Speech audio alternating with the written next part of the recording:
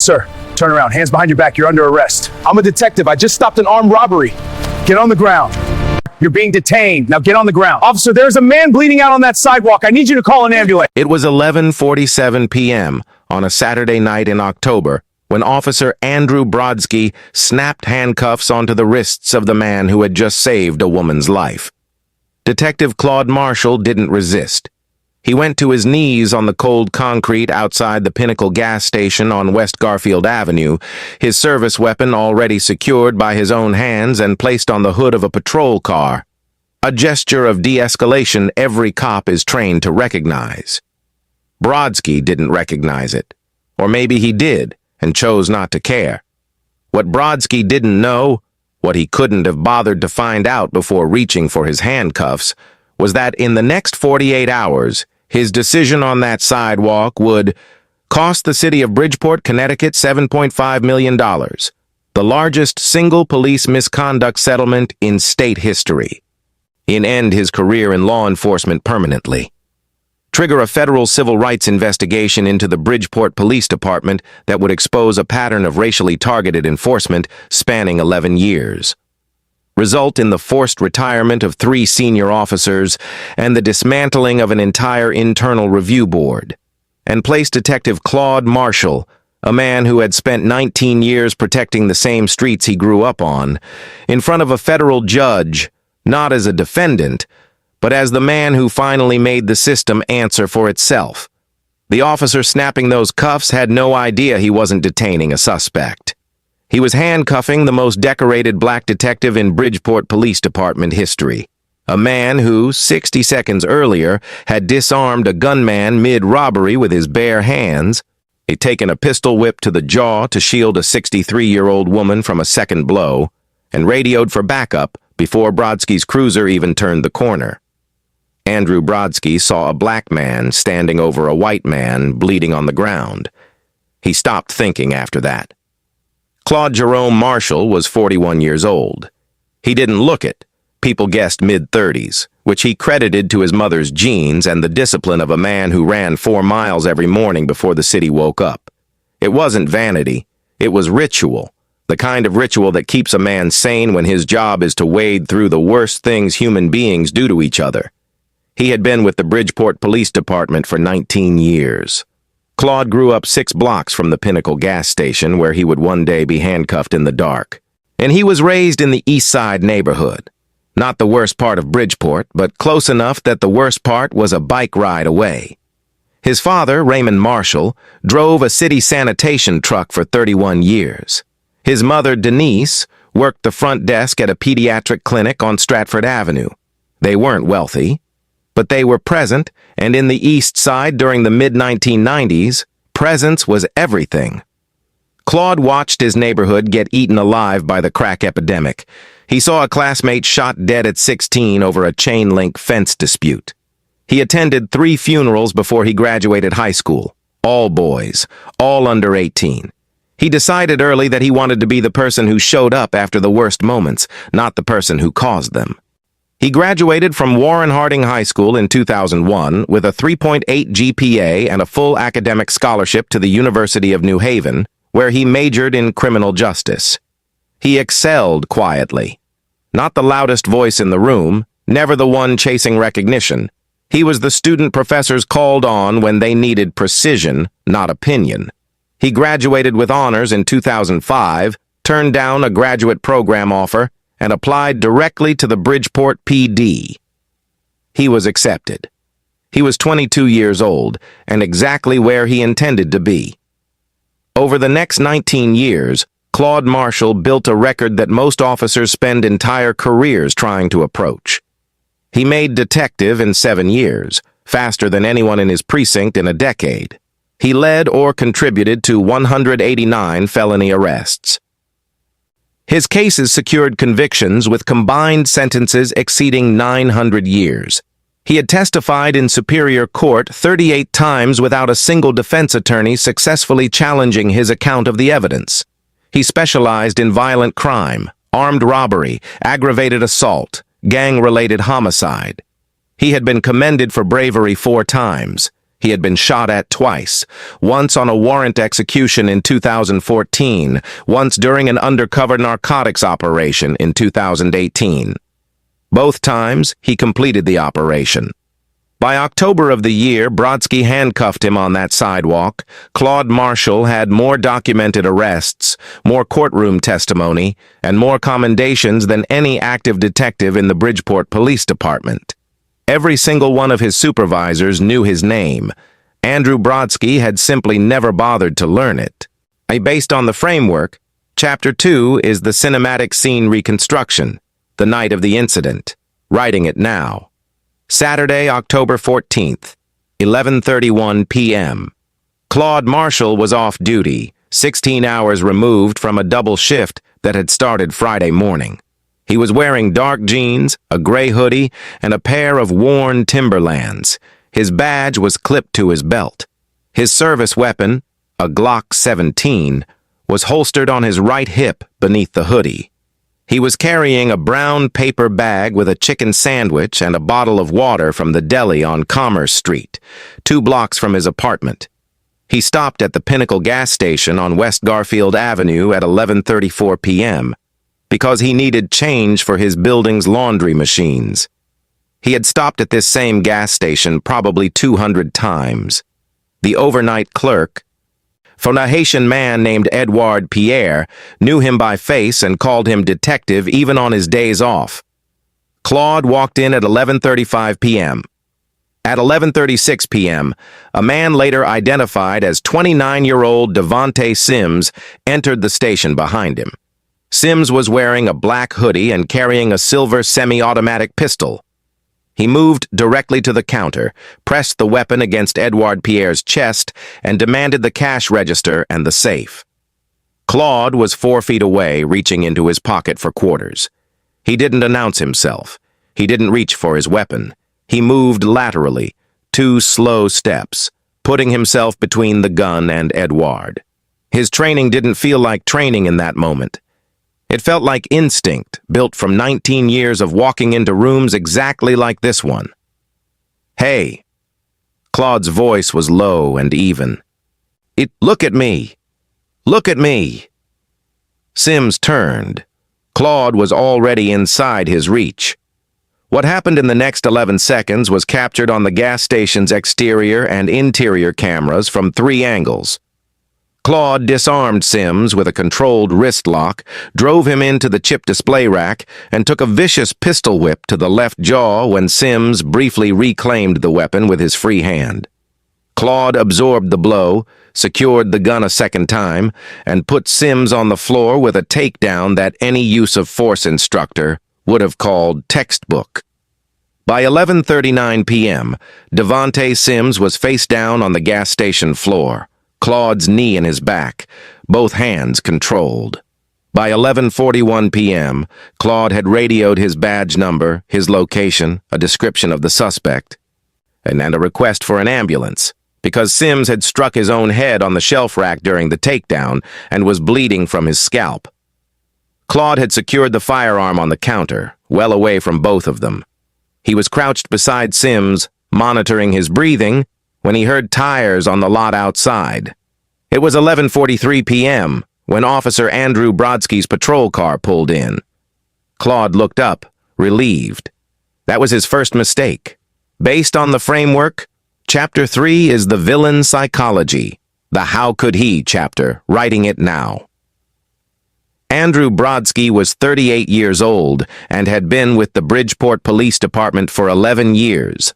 On paper, he was an adequate officer, not decorated, not disciplined. The kind of file that sits in the middle of a stack. No commendations worth framing, no suspensions worth investigating. And he had made detective twice and been passed over both times. His supervisors used words like reliable and consistent in his evaluations, which in police department language means unremarkable but present. He had grown up in Shelton, Connecticut, 20 minutes outside Bridgeport, in a household where the city was something you drove past, not through. His father had been a corrections officer at Garner Correctional Institution for 22 years. Dinner table conversation in the Brodsky house was about inmates, about danger, about the particular worldview that develops when a man spends his career locking people away and comes home every night to a town that looks nothing like the place he works. Andrew absorbed that worldview the way children absorb everything, completely and without question. He joined the Bridgeport PD at 27, and the city confirmed everything he had been preloaded to expect. He worked the East Side. He worked West End. He made arrests, wrote reports, responded to calls. And over 11 years, without anyone ever stopping to correct it, a pattern calcified inside him. A reflex so deeply grooved it no longer felt like bias. It felt like experience. Black man. Night. Weapon visible or suspected. Threat. The logic was never interrogated. Not by his training officers. Not by his sergeants. Not by the internal review process that would later be exposed as functionally decorative. Brodsky filed 17 use-of-force reports in 11 years. 12 involved black men. Every single one was cleared within 72 hours. Nobody flagged the pattern. Nobody asked the question. So by the night of October 14th, Andrew Brodsky didn't pull into the Pinnacle gas station on West Garfield Avenue as a man making a calculated decision. He pulled in as a man running on 11 years of unexamined instinct. He saw the dispatch call, armed robbery in progress, West Garfield, and he responded. Standard. Correct. What happened next was neither.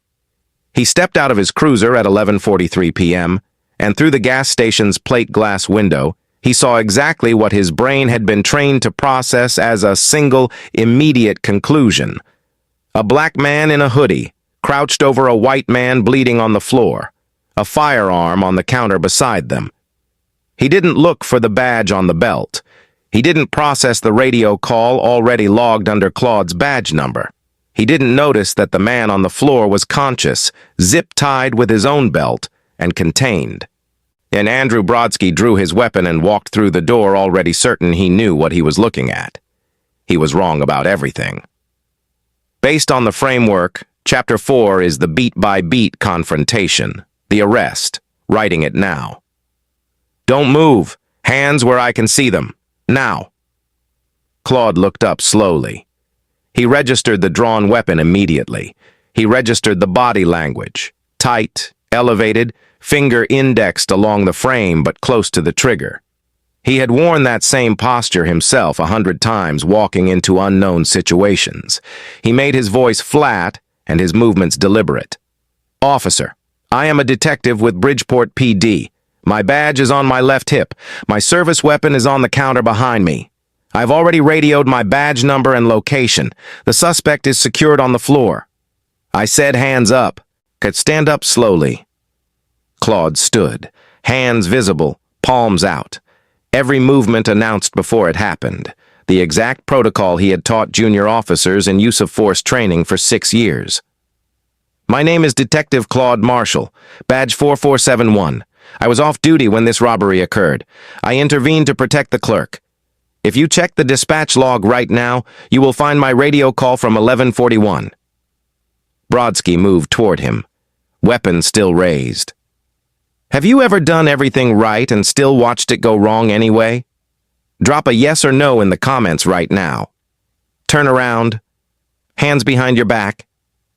Officer. There is a man on the floor who struck his head during the takedown. He needs medical attention. I already requested an ambulance. I need you to confirm that call. Turn around. This is your last warning. Claude's analytical mind ran the calculation in under 3 seconds.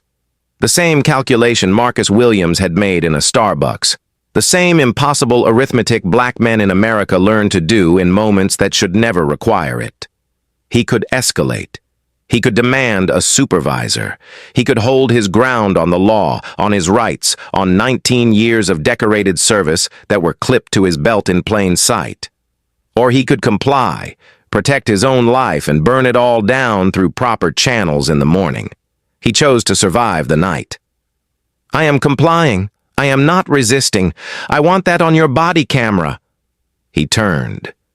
He felt the cuffs close on his wrists, Too tight, the kind of tight that isn't accidental.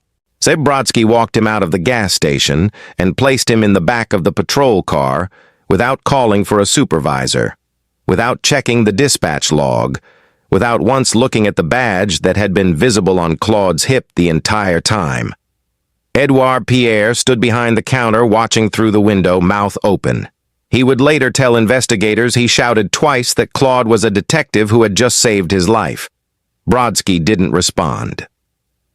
At 11:51 p.m., 8 minutes after arriving on the scene, Andrew Brodsky drove away from the Pinnacle gas station with the robbery victim handcuffed in his back seat. Devontae Sims, the actual suspect, was left zip-tied on the floor until a second unit arrived 4 minutes later. Based on the framework, Chapter 5 is the power move, controlled burn. Writing it now. The Claude Marshal spent 47 minutes in the back of Andrew Brodsky's patrol car before a supervising sergeant named Harold Tatum arrived at the East Side precinct, looked at the arrest paperwork, looked at the man sitting in the processing chair, and went completely still. Claude. "Hey, Harold." Sergeant Tatum uncuffed him personally. He didn't say much after that. He didn't need to. The expression on his face said everything a 19-year veteran needed to hear. This was wrong. It was visible, and it was already too late to contain it. Claude drove home at 1:08 a.m. His jaw was swollen where Sims had caught him with the pistol grip. He iced it at his kitchen table, ate half the chicken sandwich he had never gotten to finish, and sat in the quiet for a long time. Then he started making calls. Call 1. His union representative, David Okafor. Claude laid out every detail in chronological order, the way he would reconstruct a crime scene. Okafor was silent for most of it. When Claude finished, Okafor said 4 words. "Don't talk to anyone." Claude said, "I'm done being quiet." Call 2. His attorney, a civil rights litigator named Sandra Reeves, who had spent 23 years filing suits against Connecticut municipalities and winning most of them. She had settled cases worth a combined $31 million against 3 separate police departments. When Claude finished telling her what happened, she asked only one question. "Was any of it on camera?" "Gas station has 3 angles. Brodsky had his body camera. And I called in my badge number 8 minutes before he put the cuffs on me." There was a pause. Claude. "This is going to be the biggest case I have ever filed." Call 3. A journalist named Patricia Owens at the Connecticut Examiner who covered criminal justice and had broken 2 previous stories on misconduct patterns inside the Bridgeport PD. Claude had been a background source for her before, always off the record. This time he told her to use his name. By 6 a.m. Sunday morning, Patricia Owens had the gas station footage, the dispatch log time-stamping Claude's radio call, and a on-record statement from Edouard Pierre describing exactly what he had witnessed. The Connecticut Examiner published at 9:17 a.m. The headline read, "Bridgeport detective handcuffed by fellow officer after stopping armed robbery. Body camera footage obtained." By noon, the story had been picked up by every major Connecticut outlet. By 3 p.m., and it was national. The gas station footage, 3 angles showing Claude's controlled disarm, the pistol whip to his jaw, the textbook takedown, the badge visible on his hip the entire time, had been viewed 9 million times before Sunday night. By Monday morning, that number was 34 million. Andrew Brodsky had been placed on administrative leave at 7 a.m. before he finished his first cup of coffee. Claude was already in Sandra Reeves's office drafting the complaint. Based on the framework, Chapter 6 is the data bomb, systemic evidence. Writing it now. Sandra Reeves filed the federal civil rights lawsuit on a Tuesday morning. By Wednesday, the Connecticut chapter of the ACLU had filed a separate motion demanding the immediate release of all Bridgeport PD use of force records for the preceding decade. By Thursday, the U.S., A Department of Justice Civil Rights Division had opened a formal investigation into the Bridgeport Police Department's stop, search, and use of force practices. Federal investigators spent 5 months inside the department's records. What they found was not a single bad officer on a single bad night. What they found was a system that had been producing Andrew Brodsky's quietly and consistently for over a decade. The DOJ's final report was released the following March. It was 241 pages. The summary alone ran 19 pages. The findings were the kind of numbers that don't leave a room once they've entered it. Black residents in Bridgeport were subjected to use of force incidents at 5.3 times the rate of white residents. After controlling for neighborhood crime rates, call volume, and population density. In mixed-income neighborhoods where race was the primary variable, that number climbed to 7.1 times. Officers cited furtive movements or suspicious behavior as justification in 61% of stops involving black individuals. The same justification appeared in only 14% of stops involving white individuals. When investigators cross-referenced those stops against actual dispatch calls and documented criminal activity, they found no supporting evidence in 71% of the cases where the justification had been used against black residents. Searches conducted during stops of black individuals occurred at 3 times the rate of searches during stops of white individuals. Contraband was found in 7% of those searches. The contraband recovery rate for searches of white individuals was 31%. The department was searching black residents on dramatically weaker grounds and finding dramatically less. The report identified 34 officers with statistically significant patterns of racially disparate use of force that could not be explained by any legitimate law enforcement variable. Andrew Brodsky was number 3 on that list. Over 11 years, Brodsky had filed 23 use-of-force reports. 19 involved black men. He had been the subject of 9 formal complaints related to racially biased policing. Every complaint had been reviewed by the department's internal review board. Every single one had been marked unfounded within 96 hours. The IRB, investigators discovered, had never once requested body camera footage during a complaint review. Not once in 11 years. And they also found something else, something that reframed every number in the report. The department had possessed an early warning system since 2016, a software tool designed to flag officers after 3 use-of-force complaints within a 12-month period and trigger mandatory supervisory review. Nobody had ever activated it. The system had been installed, configured, and left completely unused for 7 years, while 34 officers accumulated the kind of records that were now Exhibit A in a federal investigation. The data didn't describe a rogue officer. It described a department that had made a quiet, sustained choice, year after year, to look the other way. Based on the framework, Chapter 7 is the indictment, villain collapse/domino fall sequence. Writing it now. The federal grand jury convened on a cold Wednesday morning in February and did not take long to reach its conclusions. On February 19th, the United States District Court for the District of Connecticut returned indictments against 5 individuals. The charges were not administrative. They were not internal disciplinary findings. They were federal criminal counts, the kind that carry prison sentences and permanent records and end careers with a finality that no union grievance process can reverse. Count 1, Officer Andrew Brodsky, deprivation of rights under color of law, 18 U.S.C. Section 242, unlawful arrest and detention of Detective Claude Marshall without probable cause or reasonable suspicion, count 2 through 4.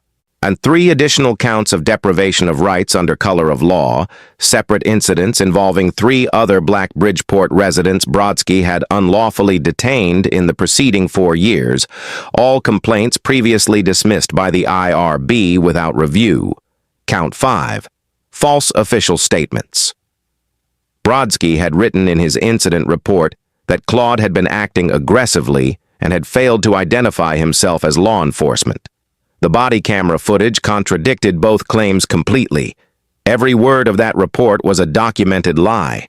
Brodsky was not the only one indicted. Lieutenant Gerald Marsh, Brodsky's direct supervisor, was charged with conspiracy to obstruct justice and misprision of a felony for his documented role in suppressing complaint reviews against Brodsky over a 4-year period. Marsh had personally signed off on 3 IRB dismissals involving Brodsky without requesting a single piece of supporting evidence. 2 internal review board administrators were charged with conspiracy to obstruct justice for operating a review process that investigators described in court documents as structurally designed to produce exoneration rather than accountability. And Deputy Chief Raymond Kowalski, the ranking officer who had overseen the IRB since 2017 and personally approved the decision to leave the early warning system inactive, was charged with conspiracy to obstruct justice and abuse of official capacity. 5 indictments, 1 patrol officer, 1 lieutenant, 2 administrators, 1 deputy chief. The trial began in September. Claude testified for a full day. Now, he walked the jury through the night of October 14th in the same precise, unhurried way he had testified in Superior Court 38 times before. Defense attorneys tried twice to rattle him. Both times he waited for the question to finish, paused, and answered it with the kind of specificity that made cross-examination feel like a poor decision. The jury deliberated for 9 hours across 2 days. On September 23rd, they returned their verdicts. Andrew Brodsky, guilty on all counts. Gerald Marsh, guilty on all counts. Both IRB administrators, guilty on conspiracy. Deputy Chief Raymond Kowalski, guilty on all counts. Federal Judge Diane Calloway presided over sentencing 6 weeks later. She looked at Brodsky directly before she spoke. You arrested a decorated detective for saving a life. You lied about it in an official report. And you did it in a department that had spent years making sure no one would ever check. She sentenced Andrew Brodsky to 11 years in federal prison. The courtroom was silent for a long moment after she finished. Claude Marshall sat at the plaintiff's table and said nothing. He had already said everything that needed saying. The civil lawsuit settled on a Thursday afternoon in November, 14 months after Andrew Brodsky snapped handcuffs onto the wrists of the wrong man outside a gas station on West Garfield Avenue. The city of Bridgeport agreed to pay Claude Marshall $7.5 million, the largest single police misconduct settlement in Connecticut state history. The figure was not negotiated down from a higher number. Sandra Reeves had walked into the mediation with the gas station footage, the body camera recording, the dispatch log, the DOJ's 241-page report, and 5 federal criminal convictions already secured. The city's legal team looked at the evidence for 40 minutes and called a recess. They did not come back with a counteroffer. They came back with a number. The settlement also mandated the most comprehensive structural reforms the Bridgeport Police Department had ever been required to implement. Complete dissolution and reconstruction of the Internal Review Board under independent civilian leadership with subpoena power. Mandatory activation and daily monitoring of the early warning system that had sat dormant for 7 years. Termination of all 34 officers identified in the DOJ report as having statistically significant patterns of racially disparate use of force. The body camera footage automatically flagged and reviewed within 24 hours of any use of force complaint. Mandatory bias intervention training, 100 hours upon hire, 40 hours annually. Creation of a community accountability panel with authority to recommend termination. Federal monitoring of all department operations for 8 years. Brodsky's law enforcement certification was permanently revoked. His pension was forfeited in full. He is currently serving his sentence at FCY Danbury. He will not be eligible for release until 2035. Deputy Chief Kowalski received 9 years. Lieutenant Marsh received 4. The 2 IRB administrators received 3 years each. Combined, The 5 men received a total of 30 years in federal prison for what began as one officer's decision to handcuff a man he had already decided was guilty before he walked through the door. At the press conference following the settlement announcement, Sandra Reeves spoke first, then the mayor, then the police chief, a new one, appointed 7 months earlier after the previous chief resigned under pressure from the city council. Then Claude Marshall stepped to the microphone.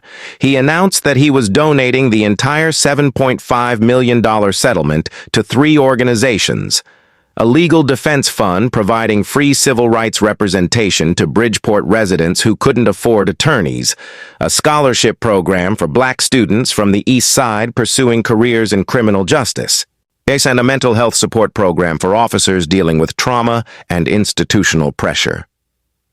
The room went quiet the way rooms go quiet when something unexpected restores your faith in something you had almost stopped believing in. "I didn't file this lawsuit because I wanted money," Claude said. "I filed it because I wanted it to cost something. Because the only way any of this changes is if the people who look the other way start understanding that there is a price for that choice." He paused. Andrew Brodsky didn't create that system. He just counted on it. That's what we fixed. He folded his notes, stepped back from the microphone, and walked out into a November afternoon on the same streets where he had grown up watching police treat his neighbors like suspects. The Pinnacle gas station on West Garfield Avenue is still open. Edouard Pierre still works the overnight shift. He put a small handwritten sign behind the counter shortly after the settlement was announced. It has been there ever since. "Detective Claude Marshall saved my life here on October 14th. He was arrested for it. Then he made sure it would never happen to anyone else. God bless him." Here is what I want you to sit with before you close this video. Claude Marshall had every advantage a person can have in a situation like this. 19 years on the force, a spotless record, 4 commendations for bravery, 38 courtroom appearances without a single credibility challenge, a badge clipped to his belt in plain sight, a radio call logged 8 minutes before the cuffs went on, 3 camera angles capturing every second of what actually happened. He had the evidence, he had the credentials, he had the institutional knowledge to dismantle Andrew Brodsky's account piece by piece in any courtroom in the country, and he still ended up on his knees on a cold parking lot concrete at 11:47 p.m., while the man he had just protected watched through a plate glass window and shouted that nobody was listening to. Think about everyone who doesn't have what Claude had.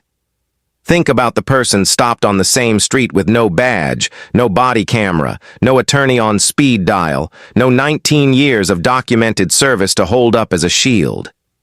Think about the people who filed complaints that went to the same internal review board that cleared Andrew Brodsky 9 times in 11 years. To think about what it costs, not in dollars, but in something quieter and harder to recover, to be treated like a suspect in your own neighborhood, on your own street, outside the gas station you have stopped at 200 times.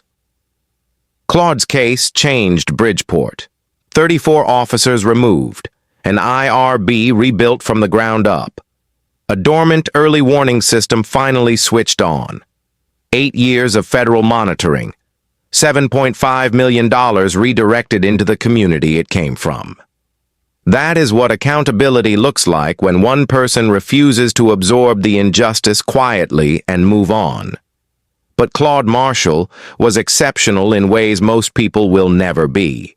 He had tools most people will never have, and he still had to fight for 14 months through a federal lawsuit, a criminal trial, and a national news cycle, just to make the system acknowledge what 3 cameras had already proven on the night it happened. So here is the question I want you to answer in the comments right now. If a decorated detective with 19 years of service, 4 commendations, and irrefutable video evidence still had to fight this hard, what happens to everyone else? What does real accountability look like before it takes a federal investigation and a $7.5 million settlement to arrive? Tell me what you think.